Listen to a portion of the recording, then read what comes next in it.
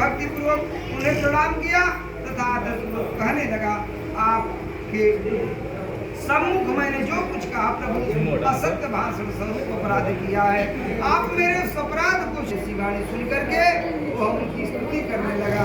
साधु ने कहा, हे प्रभु, यह आश्चर्य की बात है कि आपकी माया से मोहित होने ब्रह्मा आदि देवता के गुणों और रूप को यथार्थ रूप से नहीं जान पाते, फिर मैं मूर्ख आपकी माया से मोहित होने के कारण आप कैसे जान सकता हूँ। आप प्रभु प्रसन्न हो, मैं अपनी धन संपत्ति के अनुसार आपकी पूजा करूंगा। प्रभु आप प्रसन्न हो, मैं आपके शरण में आया हूँ। धंधा पुराना धन था, उसकी तथा मेरी रक्षा करे। प्रभु उस बड़ी की भक्ति वाणी को सुन करके संतुष्ट हो गए और भगवान श्री हरि उन्हें अभिष्ट वरदान दे करके वही अंतर ध्यान हो गए। उसके बाद वह साधु अपनी नाव में चढ़ा और उसे धन्य धाम से परिपूर्ण पाया।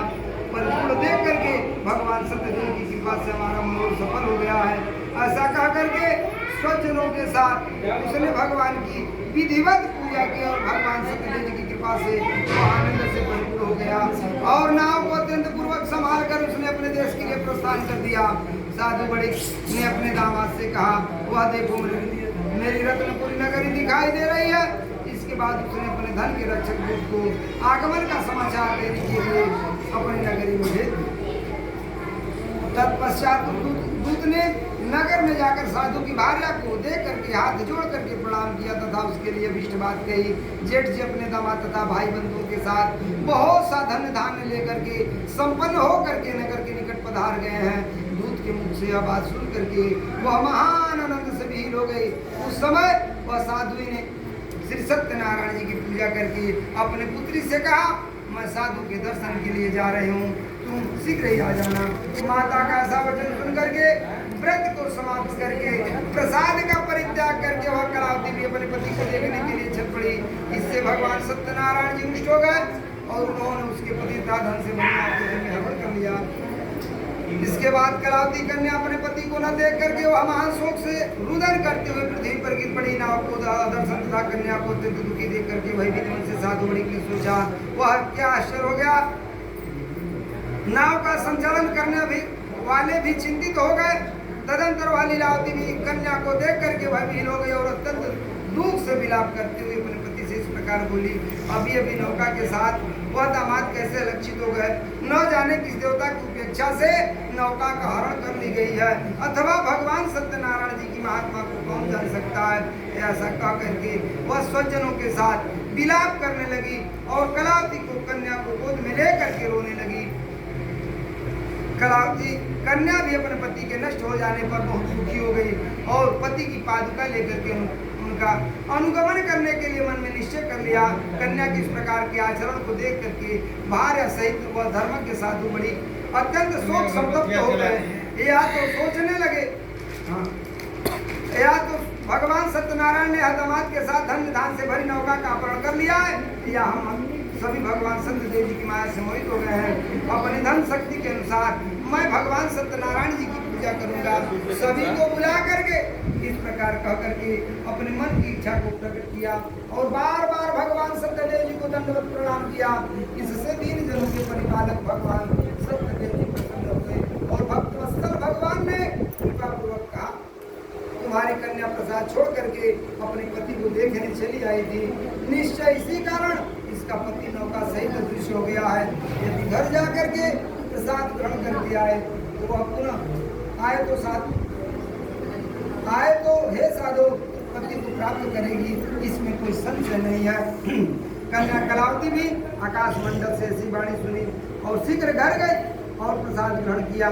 पुनः आकर के स्वजनों के साथ अपने पति को देखा।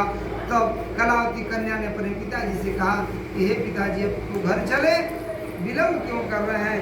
कन्या की वह बात सुनकर बड़ी संतुष्ट हो गया और विधि विधान से भगवान सत्यनारायण जी का पूजन करके वह धन्य दान भाई बंधुओं के साथ अपने घर आया तथा वह तदंतर प्रत्येक पूर्णिमा को तथा प्रत्येक संक्रांति को अनेक पर्वों पर भगवान सत्यनारायण जी का पूजन करते हुए इस लोक में सुख भोग करके अंत में सत्यपुर वैकुंठ लोक को चला गया। प्रेम से बोले वृंदावन बिहारी लाल की जय।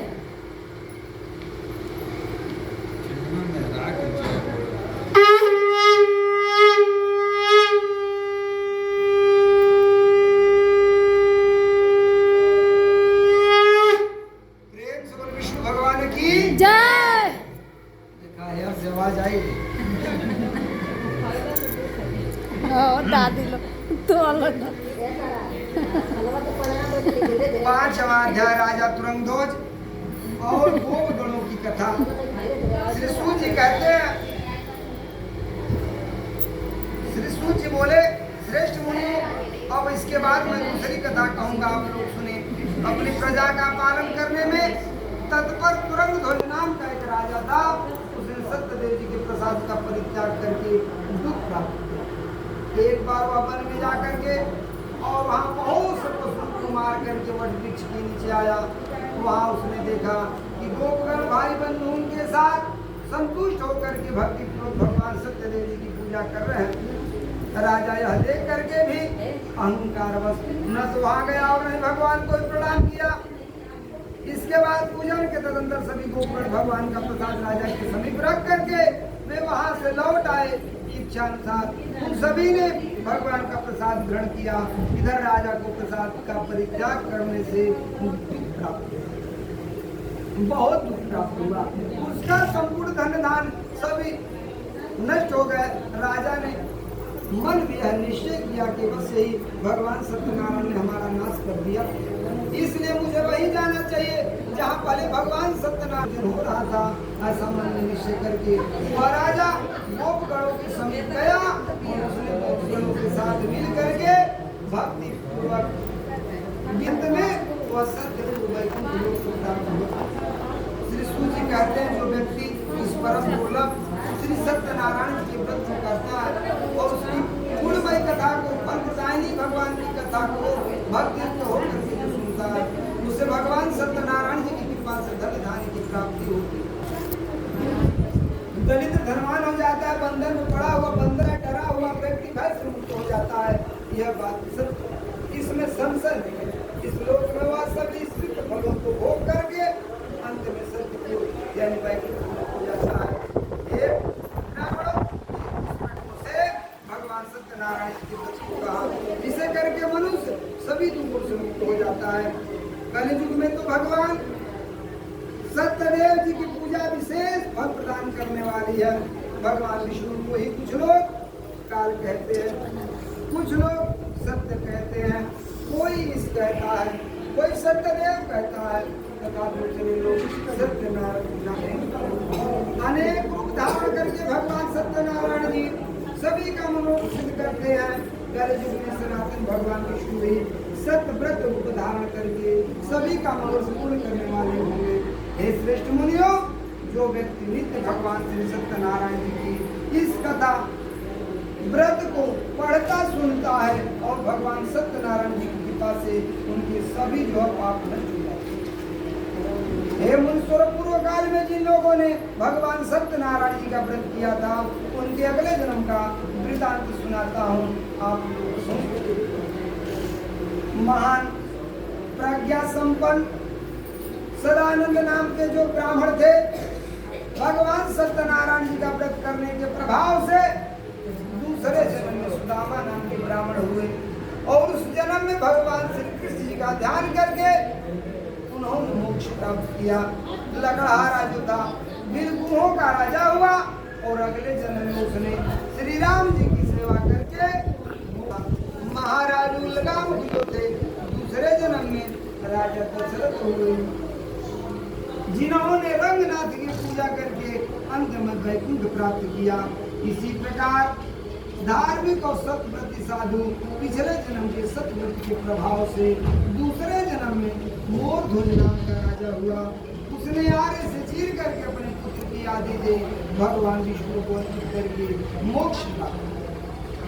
महाराज तुरंगध्वज हुए और भगवत संबंधित संपूर्ण कार्यों का अनुष्ठान करके वैकुंठ लोक प्राप्त हुए।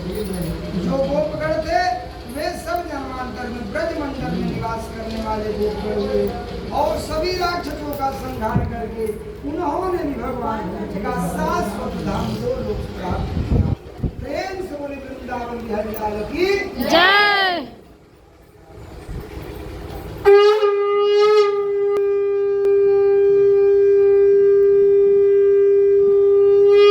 भगवान की जय।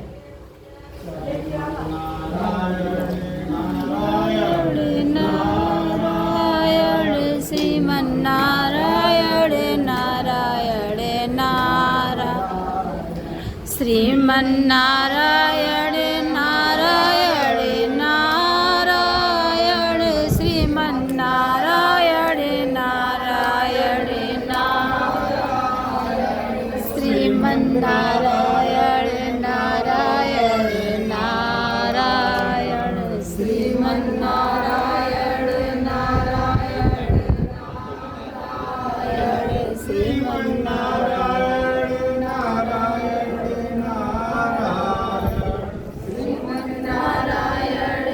नारायण नारायण श्रीमन्नारायण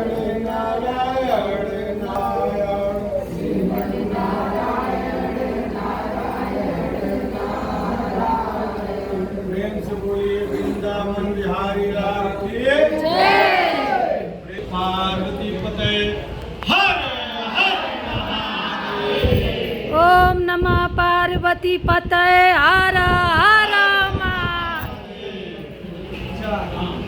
फूल अच्छे चढ़ा दे सब लोग। उलटा सीधा बोलत ना तो क्या होई